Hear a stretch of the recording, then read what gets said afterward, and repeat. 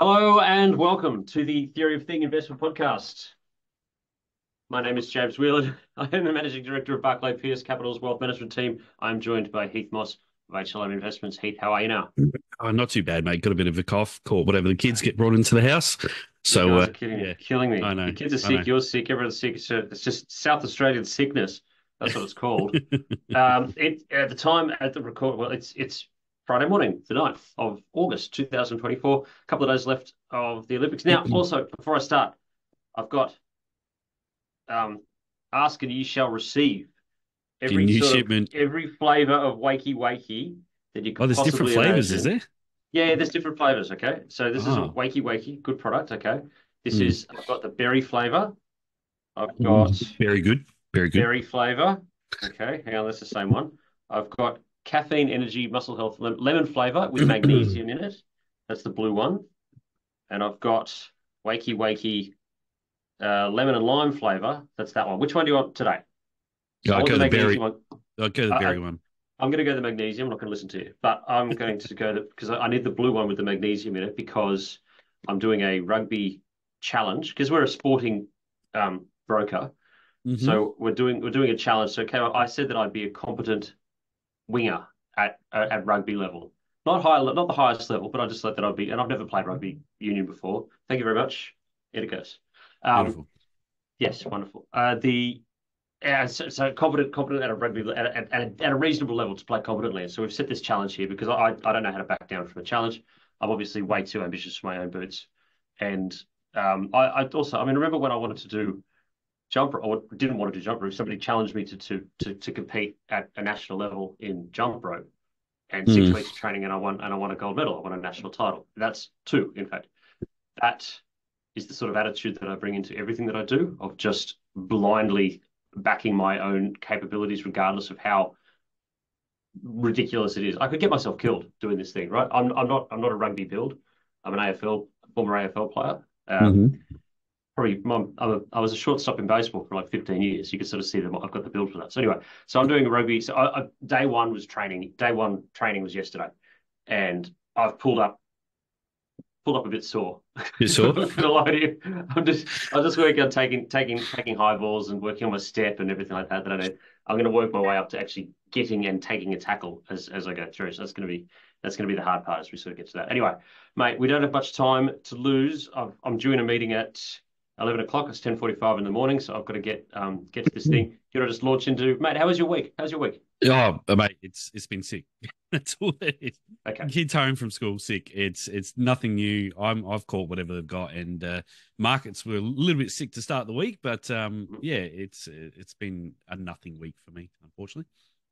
Okay. Well, I mean, I'll tell you, it's been one of the most volatile weeks of my Mm, entire career. mm. I went to clients on Monday morning, first thing, and talking to the marketing team that the listeners that have done a great job this week as well. We knew that over the weekend, we knew that this week was going to be funny. We didn't exactly know how wild it was going to be, but I went out to every client and every potential client and all of the people that sort of follow me, and I said, be cool, just be Yep. really, really Mm.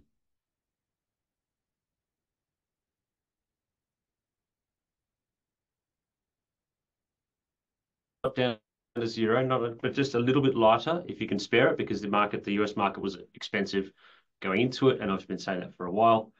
Uh, but anyway, look, it seems like that was proven correct, and now it seems like uh, it seems like, I mean, you go into it, mate. Show me the S Yeah, and I P. will. You pull up the S and P, and then I'll get it we'll know ready for exactly what you. it is that you're talking about.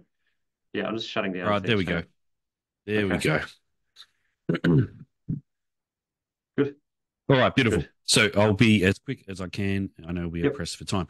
So you can see here, starting last week, where we came off, we had the week ISM numbers, then the week jobs numbers on Friday night. Scared the living, you know what's out of the market, thinking Hmm. perhaps the US is in recession already. And we came off about 6% there. If I zoom in, that from there to there is about 6% over three Cool. trading days. And basically that's it. And since then, we've had ISM services numbers come through, which were weaker than expected, but still strong at 55. So in expansionary territory, so still strong. Then we had continuing initial jobs claims last night, which came in lower than expected. So that was good news. And I think that's what the market wants to see. from now until whenever the Fed meets in September, they'll want to see continued solid US data to prove to it that, hey, you're not in a recession at the moment.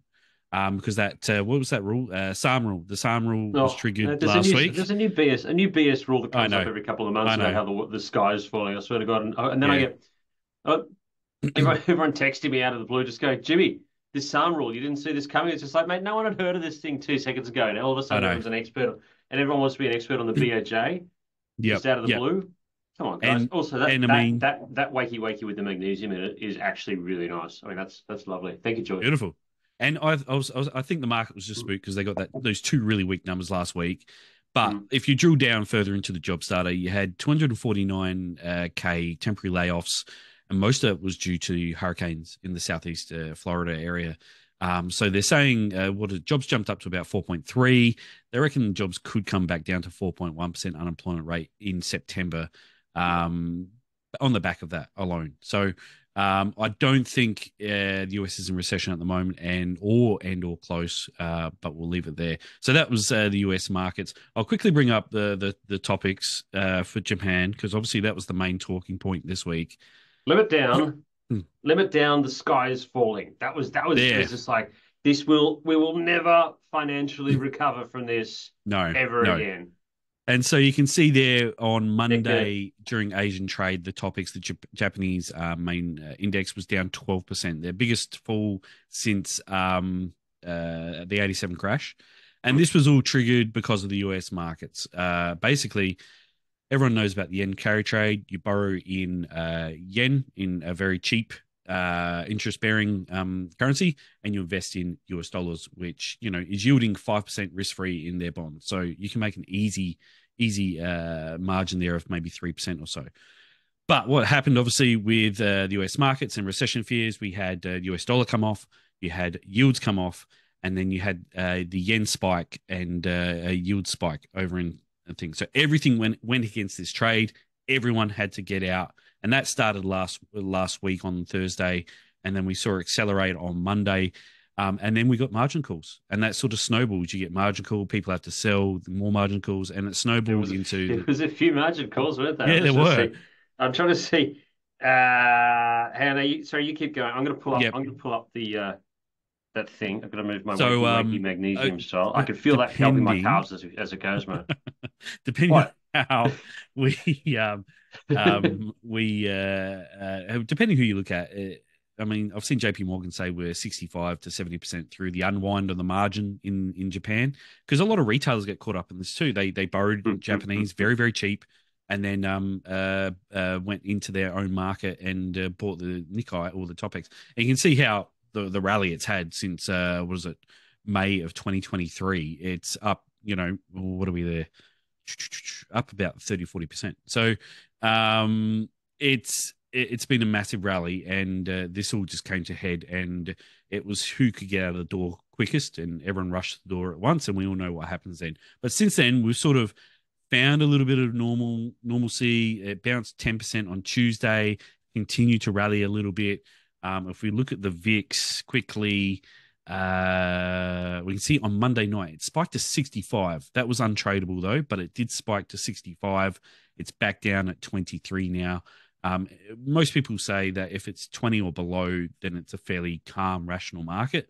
So maybe we're already getting back close to those sort of levels. Who knows? But it's a tough one to look at the moment. It's a tough one to forecast at the moment because of all this uncertainty. Yeah. Would you be plowing into the Nasdaq here? No, I haven't been playing. I've been slowly accumulating. I grabbed some Microsoft on Tuesday. Yeah, Tuesday night. Yep. And some Nvidia as well. So I've started accumulating those stocks. I haven't gone all in, and I think Chris Weston, a friend of the show, said it best. Wait for the dip and buy the rip, and that's what I'm waiting for. Waiting for that.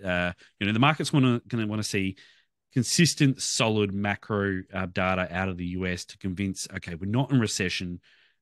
Things are still okay. Earnings are still moving on towards the upside before the market consolidates and it starts moving higher again. So that's what I'm waiting for. But I'm happy to accumulate on further falls as well, because Microsoft was down 15%. Nvidia was down 27% from their highs. So really good, high quality stocks at discount prices.